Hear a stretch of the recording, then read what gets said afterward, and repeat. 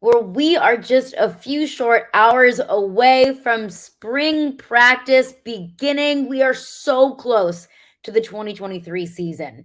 What do we need to focus on, or what questions should we have as LSU fans going into spring practice? All of that, plus so much more, on today's edition of Locked On LSU. You are Locked On LSU, your daily podcast on the LSU Tigers. Part of the Locked On Podcast Network, your team every day.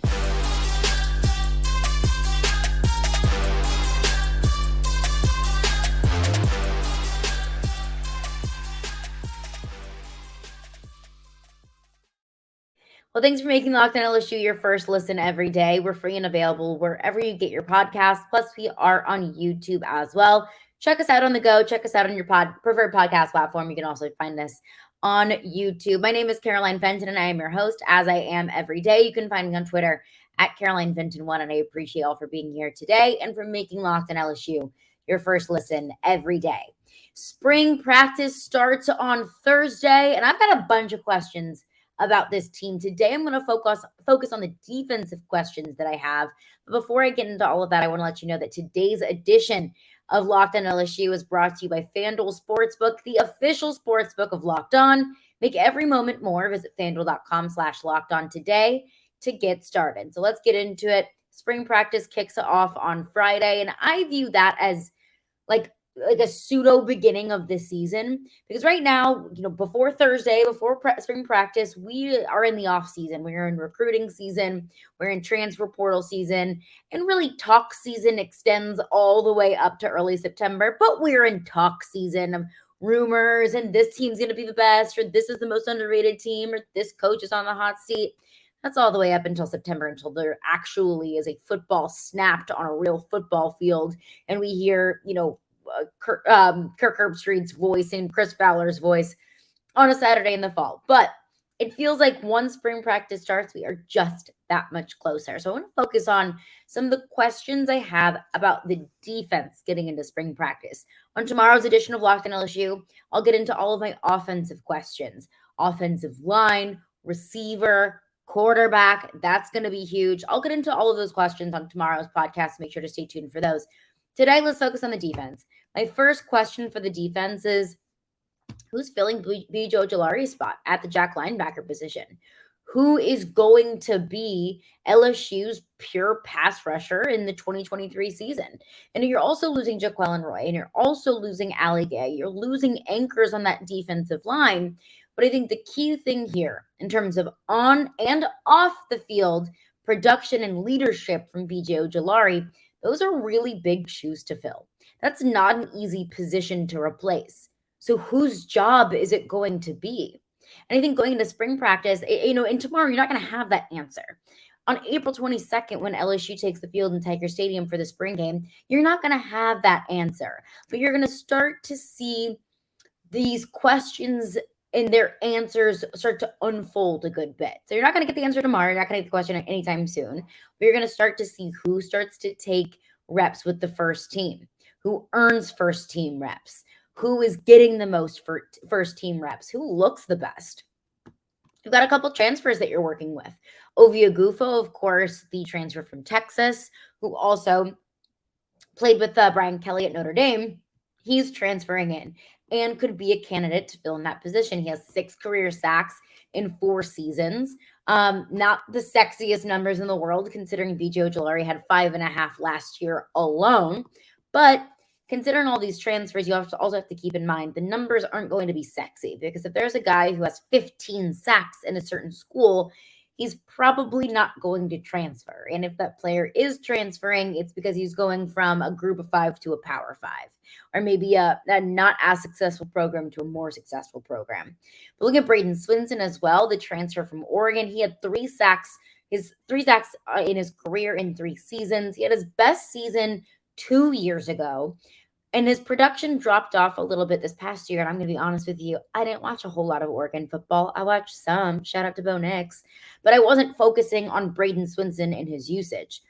But I can only expect that in just looking at the snap count, his snap count went down significantly. Was that a Bradyn Swinson problem? Was that a depth problem? It could be all of the above. but he is absolutely going to be in consideration to fill in that pure edge rusher, jack linebacker position. But it's not just guys coming in from the outside, it's also guys coming up within this program. I look at Savion Jones, a young guy who's got 2 years of experience behind him. He's sat on the low on the depth chart and has worked his way back up. And I think we're going to see a whole lot more from Savion Jones this season than we've seen from him throughout his entire career so far. But is Savion Jones a pass rusher? That's what it has yet to be determined. Is Savion Jones a pass rusher? Is he going to be more of your interior defensive line depth guy? I don't know. That's why we're asking that question going into spring ball, because we'll start to see that question answer itself through spring ball, spring practice, summer practices, so on and so forth. Also, like, I'm not counting this one out. If I had to put odds on it, I think I'd put it at like plus 1,500 odds that this player would be in a jack position. And that's no disrespect to the player, but more so much respect to the player that I don't think that he should be put like pigeonholed into one position. But that's Harold Perkins. I'm not counting him out to be a contributor really at any position within the linebackers. Harold Perkins is a hell of a pass rusher. We saw that this past year. Now, it wasn't at the jack position. Obviously, outside linebacker was B.J. Ojulari's position. But Harold Perkins was a hell of a pass rusher in a different capacity. So I'm not going to count out that Harold Perkins may take snaps at the jack position, or at least Matt House's defensive creativity. The juices could start flowing to see how Harold Perkins could possibly evolve into that position. Now, like I said, I think he's just so talented and versatile that plugging him into a pure pass rush position might actually do yourself more harm than good, because you're not unlocking his full potential. But I'm not counting it out as a possibility, because Harold Perkins, like I said, hell of a pass rusher. You also got a couple freshmen coming in that could be in consideration for the starting job. I've said it before, and I will say it again, as we're talking about depth and as we're talking about candidates for starting positions, never count out the freshmen. 4 of LSU's most impactful players in 2022 were true freshmen. Harold Perkins, Will Campbell, Emory Jones, and Mason Taylor. All 4 huge contributors for LSU this past year as true freshmen. Was that a depth, choice maybe, or was that a choice just because those 4 were really good players? I think that both could be true, but I'm not counting out that Dashawn Womack, Jackson Howard, or Dylan Carpenter could be in consideration for the jack position. If I had to pick one of the 3 that would be most likely, I would say most likely Dashawn Womack. And that's just based off of his recruiting profile, conversations that John Garcia Jr., of course, Locked On official recruiting insider, and what he has had to say about Dashawn Womack. But I would say, look at all of these options. Some with college football experience, some not. Some that have been on the depth chart at LSU and have kind of worked their way up under Brian Kelly. Some that haven't, but I think they all can be in consideration. And I think they're all going to be interesting things to watch and to follow as spring practice unfolds. But I've got a few more questions about the defense. I know you've got a bunch of questions about the defense, so let's discuss coming up next. But before we do that, I want to tell you about FanDuel Sportsbook. So the midway point of the NBA season is here finally, and it is now the perfect time to download FanDuel, America's #1 sportsbook, because new customers get a no sweat first bet up to $1,000. That's bonus bets back if your first bet doesn't win. Just download the FanDuel Sportsbook app. It is safe, it is secure, and it is super easy to use. And then you can bet on everything from the money line to the point scores and threes drained. And you can also bet on player props. So if you think that a certain player, let's say Jason Tatum, you think that Jason Tatum's going to drop 30 plus. You think on that same team, Marcus Smart's going to have 10 plus rebounds, that the Celtics are just going to have themselves a day, and you think they're going to win. Well, you can group all of those bets together. Celtics money line, Jason Tatum over on the points, Marcus Smart over on the rebounds, and you can get a chance at a bigger payout with a same game parlay. So don't miss the chance to get your no sweat first bet up to $1,000 in bonus bets when you go to FanDuel.com/locked-on. That is FanDuel.com/locked-on to learn more. Make every moment more with FanDuel, an official sports betting partner of the NBA. Well, thanks again for making Locked On LSU your first listen every day. Make sure you check out our brand new podcast, Locked On College Basketball. Everything that you need to know about college basketball all in one place. Plus, you can hear from big name experts, insiders, coaches, and players. Locked On College Basketball, available on YouTube and wherever you get your podcasts. So my second question about the defense. Number one, who's going to be the jack linebacker?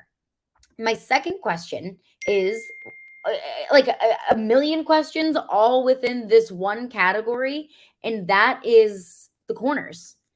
A million question. Overarching question is corners, question mark, exclamation point, question mark, exclamation point, because that position group is a question in and of itself. Just listen to this. Out of the program, Jarek Bernard-Converse, Sevyn Banks, who mysteriously entered the NFL draft, Mekhi Garner, Colby Richardson. And who do you have coming back? Who is your only returning corner on scholarship? LaTerrence Welch, sweet angel upcoming sophomore LaTerrence Welch, who has 12 games of experience. Not even starting experience, he's just seen the field in 12 games. He has such a small sample size of experience at this level. He has 3 tackles so far in his career, and that has nothing to do with LaTerrence Welch or his ability, but simply just the depth at corner. So now we have all of these questions about the transfers.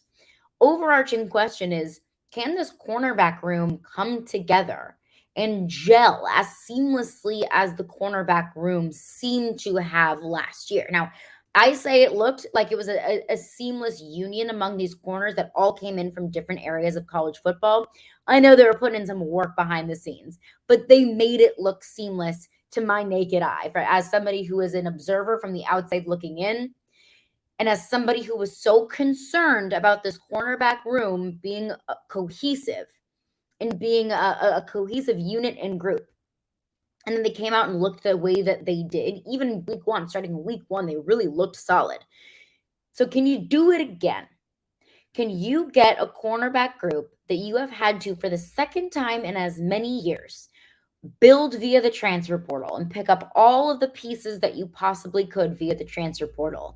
Can you take a guy from Texas A&M and from Syracuse and from Southeastern, and all of the transfer corners that LSU has picked up, Ohio State, another one? Are you going to be able to make that unit come together for the second year in a row? It's hard to do. It really is. But we saw Matt House do it once. We saw Brian Kelly lead that fight once.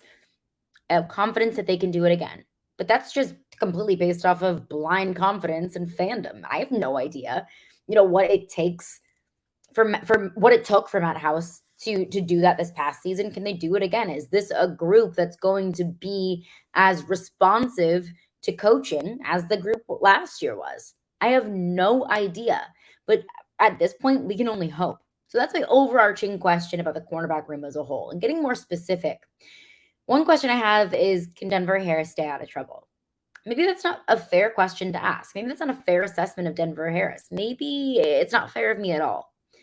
But so far in Denver Harris's very short-lived collegiate career, he's gotten himself in a lot of trouble.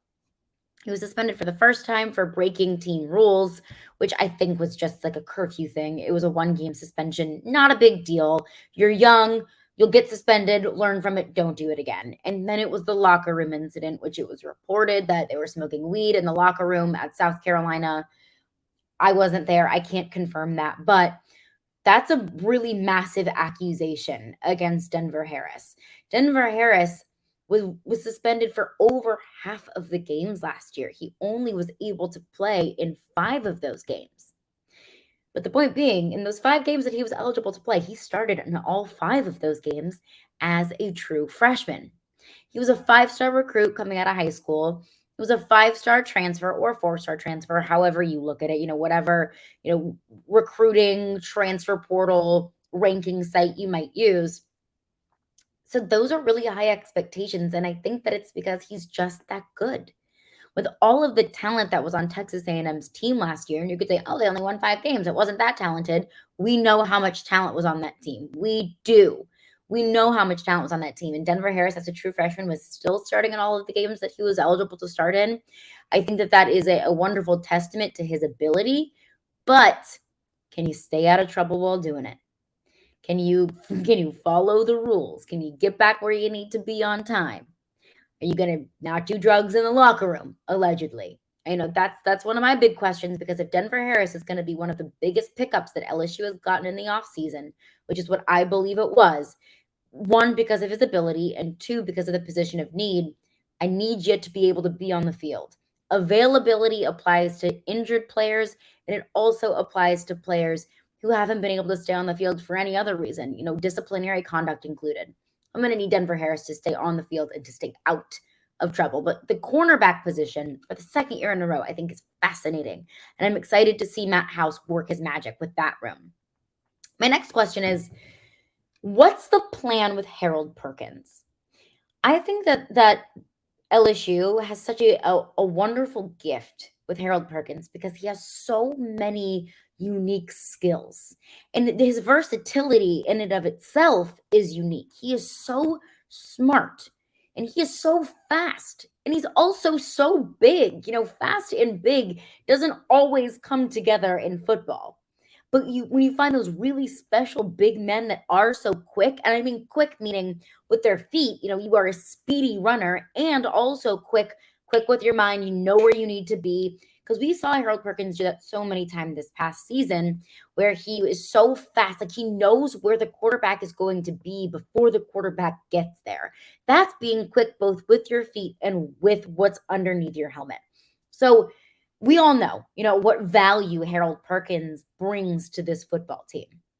So what's the plan with the guy that is so versatile and that can fill in so many different roles?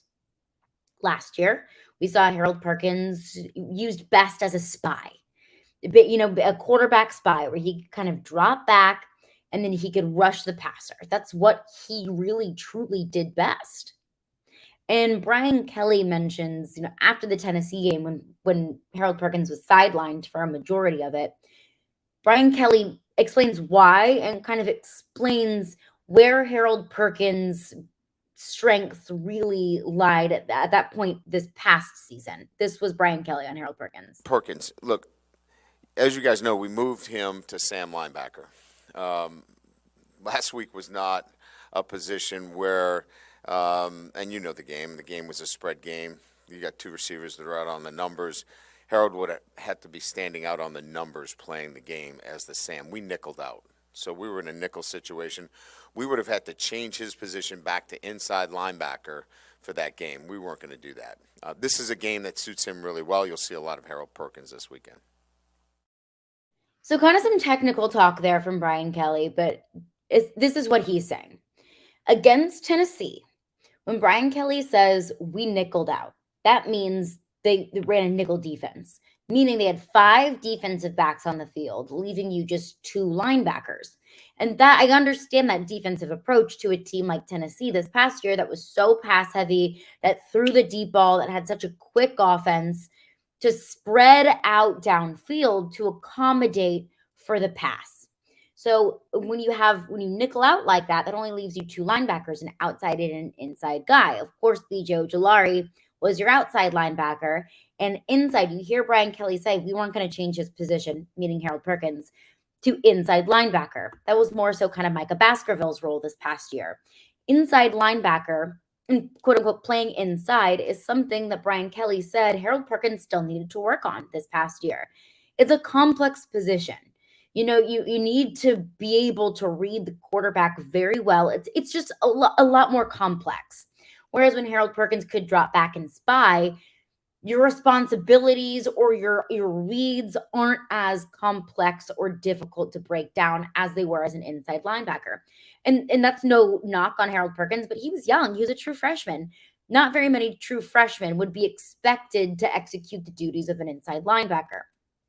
I still disagreed with the decision to not play Harold Perkins as much as they should have against Tennessee. I will always hold that against Brian Kelly, but they learned from it. So we'll take that from there. But my philosophy was, I don't care about nickel. I don't care about inside. I don't care about outside. Get your best players in the field against good teams. That's my philosophy. Anyways, my question about that is Harold Perkins ready to step into that inside role? Has he refined what he needed to work on last year?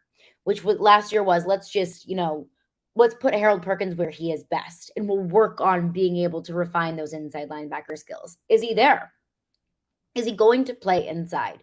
Are you going to get an opportunity where you can have your outside jack guy like B.J. Ojulari was last year, and also keep Harold Perkins on the field, whether that's an inside linebacker position, or, if you have to nickel out, or you can drop him back to be a quarterback spy whenever you're playing a kind of a more 4-3 kind of defense. So that's kind of my question is, how much more versatile can Harold Perkins be? And in how many more roles can he be used on the inside? Has he worked on those things that Brian Kelly said needed to be worked on? And in what capacity? And I mean, Harold Perkins, with a guy like that is so talented and has the ability to be so versatile, the possibilities are endless. And pairing him with such a creative defensive mind like Matt House, he has proven to be so creative defensively. I think that's a match made in heaven. And I'm excited to see the next steps that Harold Perkins, what I expect the next steps for him to take in his second year at LSU. But coming up next, it is a Mailbag Wednesday, so we'll get into your questions. I got some good ones this week, so excited to get to them. We'll get into those coming up next. All right, it's a Mailbag Wednesday. Let's get into it. So earlier this week, I broke down the new SEC scheduling, the 3-6 model with the 3 proposed opponents, and LSU's being Texas A&M, Alabama, and Ole Miss. And I said, I'm totally cool with that. I love that. I love that LSU can play Alabama every year. That was my number one priority because I prioritize that rivalry and I prioritize that game every single year. I'd rather play Alabama than rather maybe a cupcake every single year. And I got a lot of feedback on that. And one person DM'd a question in. And remember, I do a mailbag question or a Mailbag Wednesday every single week. Send those questions in, DM on Twitter at Caroline Fenton1, at LockedOnLSU. Comment them below on the YouTube page.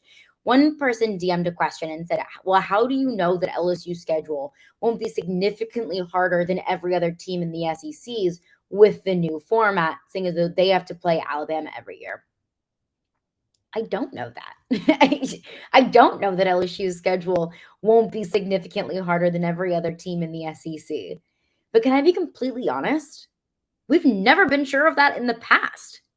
Let's look at the last 10 years in the SEC.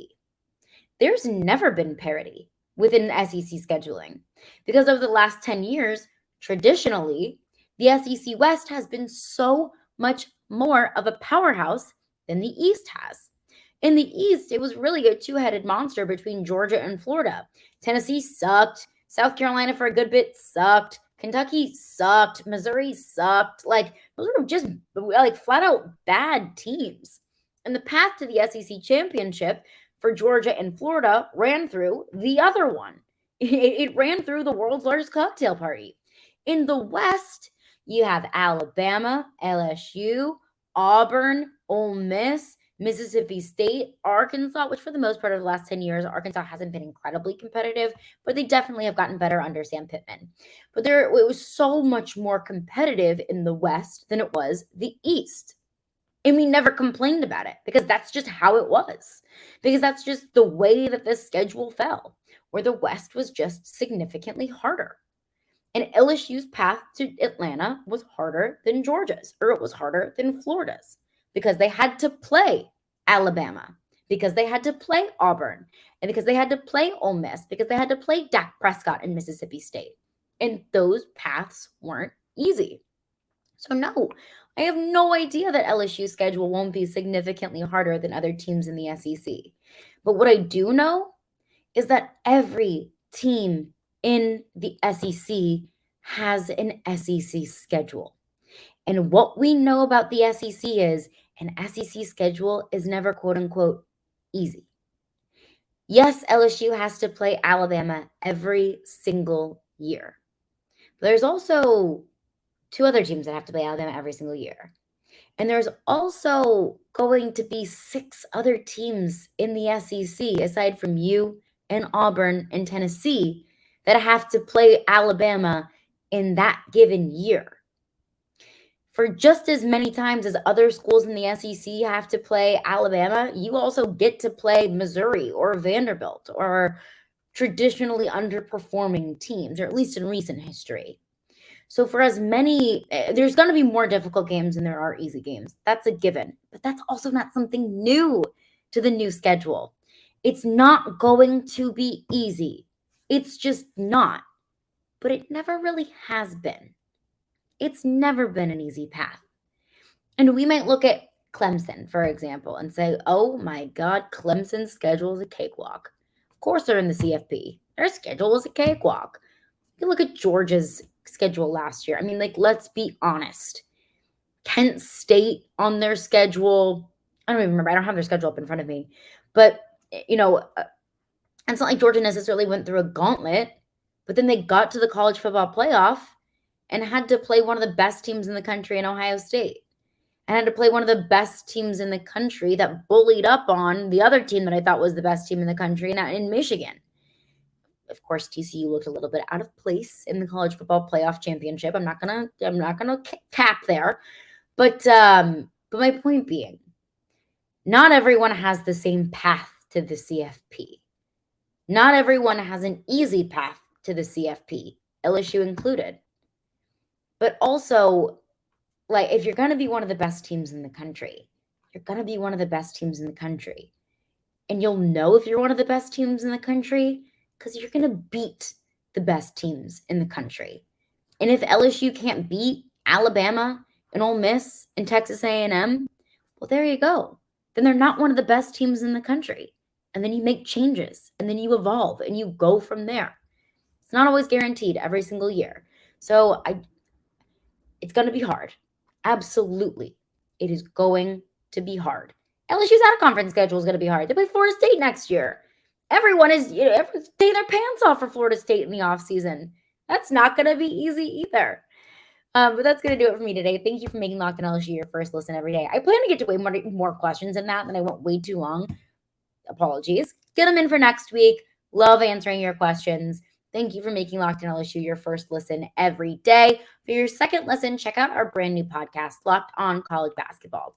Experts Isaac Shade and Andy Patton bring you everything that you need to know on and off the court. Plus, you can hear from big-name experts, coaches, and players throughout the college basketball landscape. Locked On College Basketball, available on YouTube and wherever you get your podcasts.